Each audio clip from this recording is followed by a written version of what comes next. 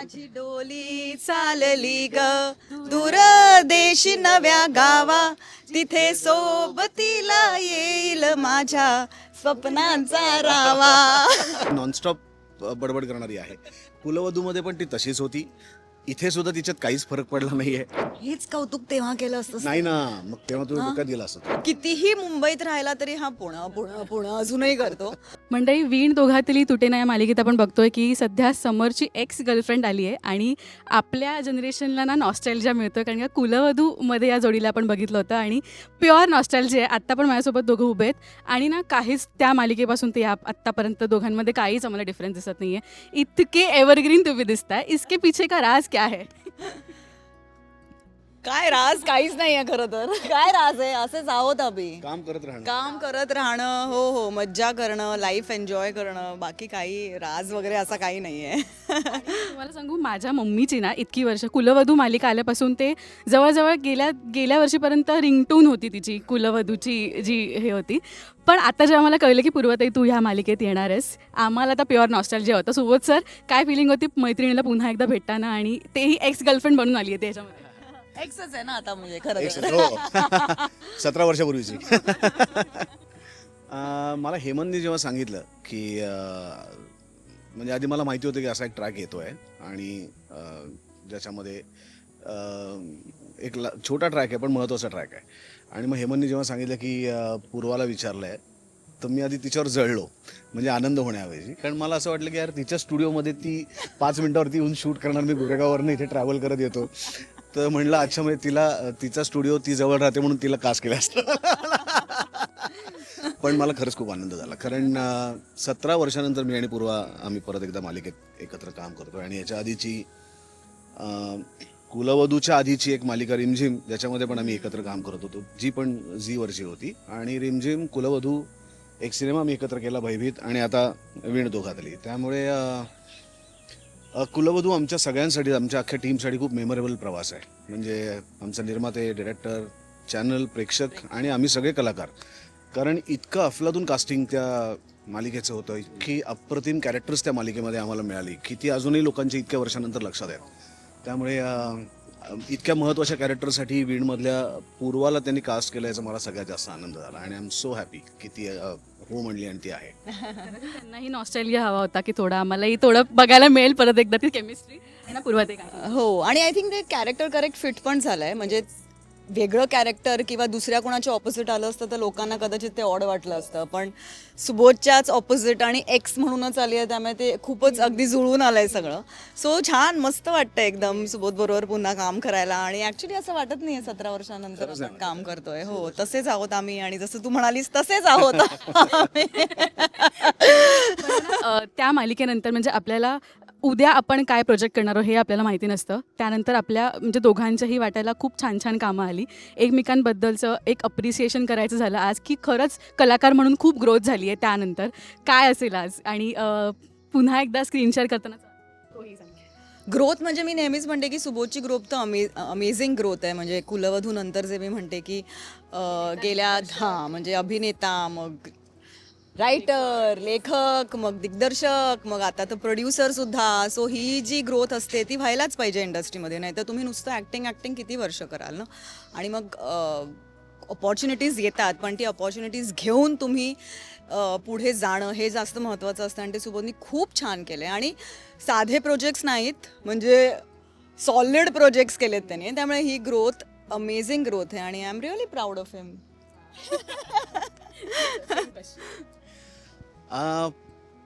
रिमझिममधली पूर्वा मला अजूनही आठवते.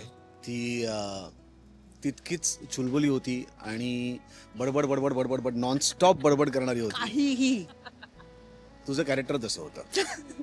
हा, तेच तू पूर्वा म्हणालास. पण कॅरेक्टर त्याच्यानंतर पण ती तशी पण आहे. म्हणजे नॉनस्टॉप बडबड करणारी आहे. कुलवधूमध्ये पण ती तशीच होती. इथे सुद्धा तिच्यात काहीच फरक पडला नाहीये.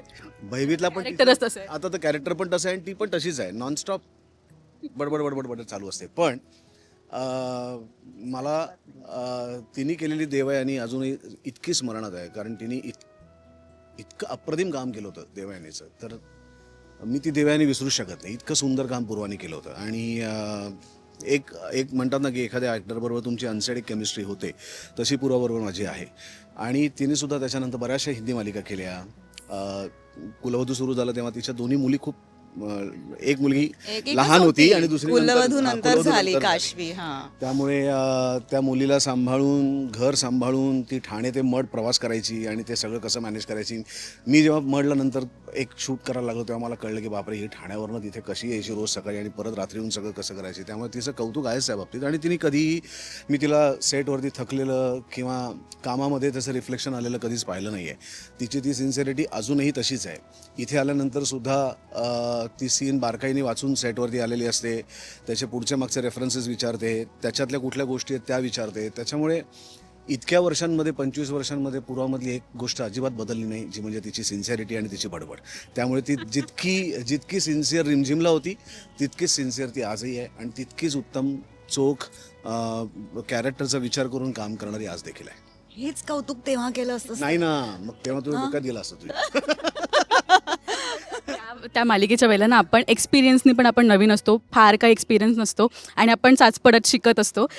तेव्हाच्या दिवसांमध्ये म्हणजे तेव्हाच्या केमिस्ट्रीमध्ये आणि आत्ता एकमेकांना बघताना काय काय चेंजेस जाणवतात. ऑल्सो वयोमानाने काही चेंजेस होतात, काय काय एक्सपिरियन्सनी होतात, पण ॲज अ ह्युमन बिईंग म्हणून काय काय चेंजेस झाले. कुलवधू म्हणतेस तू? कुलवधूमध्ये ॲक्च्युली मी तुला सांगू का, जसं तू म्हणाला अनसेड केमिस्ट्री ती होते ऑटोमॅटिकली, तुम्हाला एफर्ट्स घ्यावे लागत नाहीत. काही काही जणांबरोबर नाही होत ती नाहीच होत. तुम्ही 10 प्रोजेक्ट्स एकत्र केले तरीसुद्धा ते तुम्हाला नाहीच वर्क होते. आणि समहाव सुबोधबरोबर असं झालं की पहिल्या सीनपासून ती झाली आहे वर्क आणि आम्हाला कधीच असं डिस्कस करावं नाही लागलं की ह्या सीनमध्ये आपण हे करूया, तू हे कर मग मी हे करीन, किंवा आपण असं प्रयत्न करू. असं कधीच एकही सीन मला वाटतं आपण कुलवधूमध्ये असा कधीच केला नाही जो आपण आम्ही किंवा डिरेक्टरनी बसून आम्हाला सांगितलं असेल की आपण हे असं करूया, डिस्कस करून केलेला सीन मला आठवतच नाही आहे. सो आय थिंक ती जस्ट केमिस्ट्री असते जी ऑटोमॅटिकली होते, एक कम्फर्ट लेवल असतो, ते जस्ट झालं. आणि आय थिंक ते तेव्हा झालं ते अजूनपर्यंत आहे. आता इथे सुद्धा मला काय किमया म्हणून मी जी काय आली आहे सॅमच्या आयुष्यात, हां म्हणजे मला काही एफर्ट्स घ्यावेच नाही लागले, मी अगदीच बिनधास्त आली आहे. त्याच्या जागी दुसरं कोणी असतं तर कदाचित मलाही दडपण आलं असतं की अरे बापरे आता मी कसं करू, त्याची रिॲक्शन काय असेल काम करतानाची, तो कसं रिॲक्ट होईल या सीनला, हा मला विचार करावा लागला असता. पण इथे अजिबात विचार नाही करावा लागला. त्यावेळेला तुमच्यामधला आईस ब्रेकिंग पॉईंट काय होता हे आठवतं की पहिली भेट जेव्हा झाली होती, कलाकार म्हणून आपण ओळखत असतो पण काम करताना आपली जरा केमिस्ट्री बनणं जरा इम्पॉर्टंट असतं, तर तेव्हाचा आईस ब्रेकिंग पॉईंट आठवतं कोणत्या विषयावर बोलणं असतं? कारण का नाटकामधून आपण आलो आहे, म्हणजे दोघांचंही बेस नाटक आहे.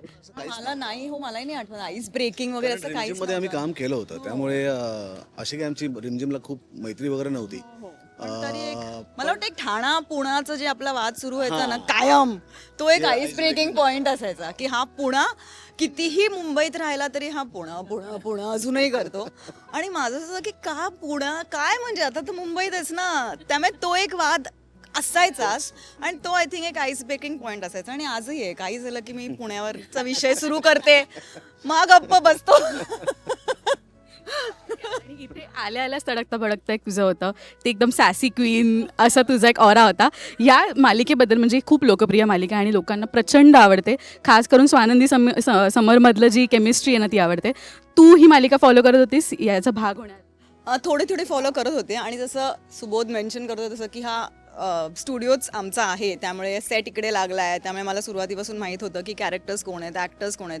कधीतरी अधूनमधून मी एक फेरी मारायचे, त्यामुळे मी सगळ्यांना ओळखत होते, प्रोड्युसरला ओळखत होते, डिरेक्टरला ओळखत होते. सो साधारण एक अंदाज होता, डे टू डे बेसिसवर फॉलो करत नव्हते, पण मला माहीत होतं की हां बाबा आता ह्यांचं लग्न झालं आहे आणि काय परिस्थितीत लग्न झालं आहे आणि किमया कशासाठी येते. सो एक बेसिक ऑब्व्हियसली अंदाज होता. आणि आता कामच करायचं आहे म्हटल्यावर मी बॅकग्राऊंड तसंही विचारून घेतलंच होतं की काय कॅरेक्टर आहे काय सगळं ते. सुबोध सरांबद्दल बोललो, पण तेजश्रीसोबत तुझी फ्रेंडशिप कशी आहे? आत्ता ऑन कॅमेरा ठशन असली तरी ऑफ कॅमेरा तुमचा बॉन्डिंग किंवा तिच्याबद्दलचा एक काय बोलतात नाही की रिस्पेक्ट असतो कलाकार? हो, ॲक्च्युली मला वाटतं तेजश्री खूप लहान असेल आपल्यापेक्षा, त्यामुळे मी तिच्याबरोबर कधीच काम केलं नाही आहे. माझ्या आईने केलं होतं, सो मी तशी ओळखत होते तिला. ओळखत होते तिला.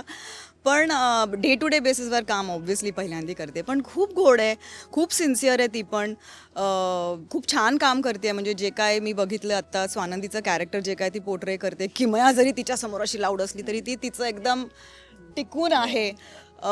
त्यामुळे मस्त, म्हणजे ॲक्टर म्हणून खरंच छान आहे ती. जशी तुमची इतक्या वर्षांची मैत्री आहे तसं सरांनी तिच्यासोबत एक सिनेमाही केला, त्यानंतर आत्ता सिरियल, त्यांचीही मैत्री एक वेगळी आहे. सो ती तर आम्हाला सगळ्यांना माहिती आहे आणि पुन्हा एकदा तुम्हाला एकत्र बघून खूप भारी वाटते as a fan. So thank you आणि खूप शुभेच्छा आता येणाऱ्या सगळ्या ट्रॅक्ससाठी.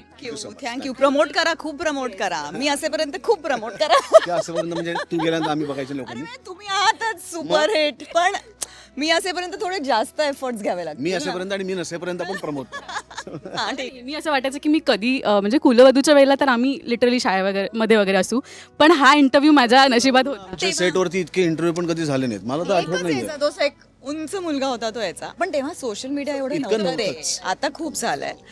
समजत स्वतःला की आज माझी आई खुश होणार आहे हा इंटरव्ह्यू बघून. Thank you so much. Thank you. Thank you. आणि ह्या बॅकग्राऊंड मध्ये कुलवधूचं म्युझिक पण लावा थोडंसं, जरा नॉस्टाल का जाता जाता ते गाणं आहे ना, नॉस्टॅल्जिया. मी होतो गाण्यात. मी गाण्यात दिसलोय. वाटलंच मला. मी टायटल सॉन्ग मध्ये नव्हतो. मी गाणार नाही. तुझी डेट नव्हती, आता मला माझी बोलायला date लावू होती. नकोस. मला घेतलं नाही. तू म्हणलीस फक्त माझ्यावरती व्हायला पाहिजे, मी हिरोईन. Correct correct correct. सुरुवात करून दे मग मी गाते थोडं म्हण. गाता येत नाही हा. अरे मला शब्दही माहिती आहेत सिरियसली. मी त्या गाण्यात आपण नव्हतो. थांब. माझी डोली चालली ग दूर देशी नव्या गावा, तिथे सोबतीला येईल माझ्या स्वप्नांचा रावा. तिथल्या चौकटीत शोधीन माझे नवेसे आभाळ, तिथले ऊन पाऊस भरतील माझी ओंझळ. स्वप्न राहे मागे आता व्यथा सतत उरात, नव्या उंबराची आस ही मनात एक नदी सारखी वाहते मी जणू एक फेरून मागे चालले मी कुलवधू. डिटेक्टिव्ह धनंजय नक्की बघा. मतलब सरप्राइज पैकेज था बीच में. Thank you for giving this nostalgia again. Thank you so much. Bye bye.